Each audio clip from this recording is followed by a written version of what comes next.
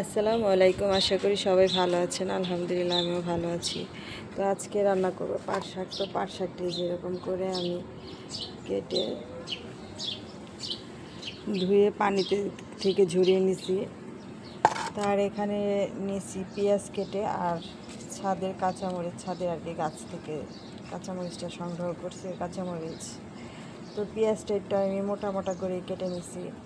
পাট শাক একটু মোটা মোটা করে পেঁয়াজটা কেটে নিলে কামড়ে পড়লে ভালো লাগে।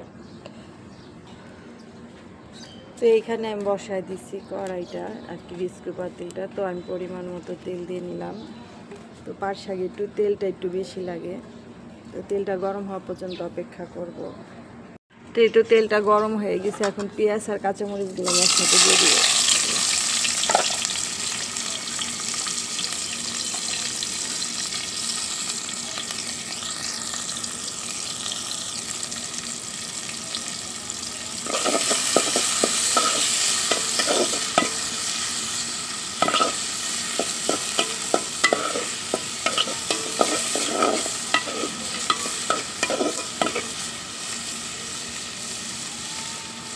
তো পেঁয়াজটা একটু হালকা কালার করে নিব।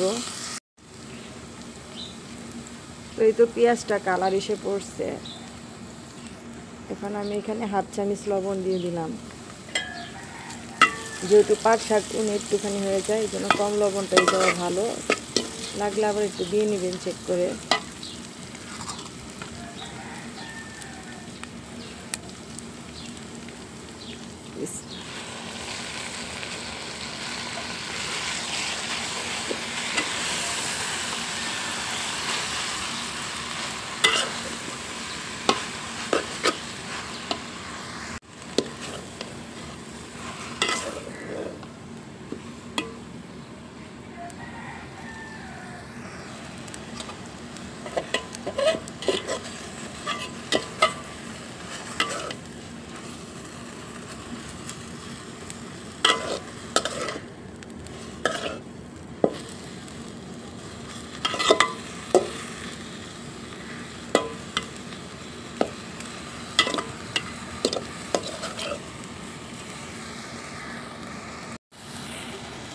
তো এই তো পাট শাকটা প্রায় হয়ে আসছে। পাটা শাক হতে কিন্তু বেশি সময় লাগে না।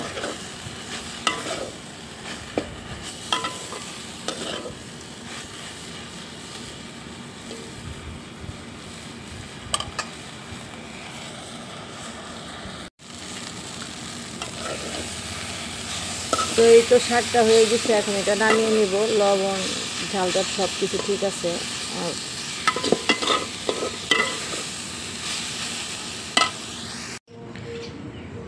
তো দেখুন পাট শাকটা কত লোভনীয় লাগছে। তো আমার পাট শাকটা হয়ে গেছে। তো যারা এখন এইভাবে পাট শাক করে খাননি, অবশ্যই খেয়ে ট্রাই করে দেখবেন। পাট শাকটা খেতে ভীষণ মজা হয়।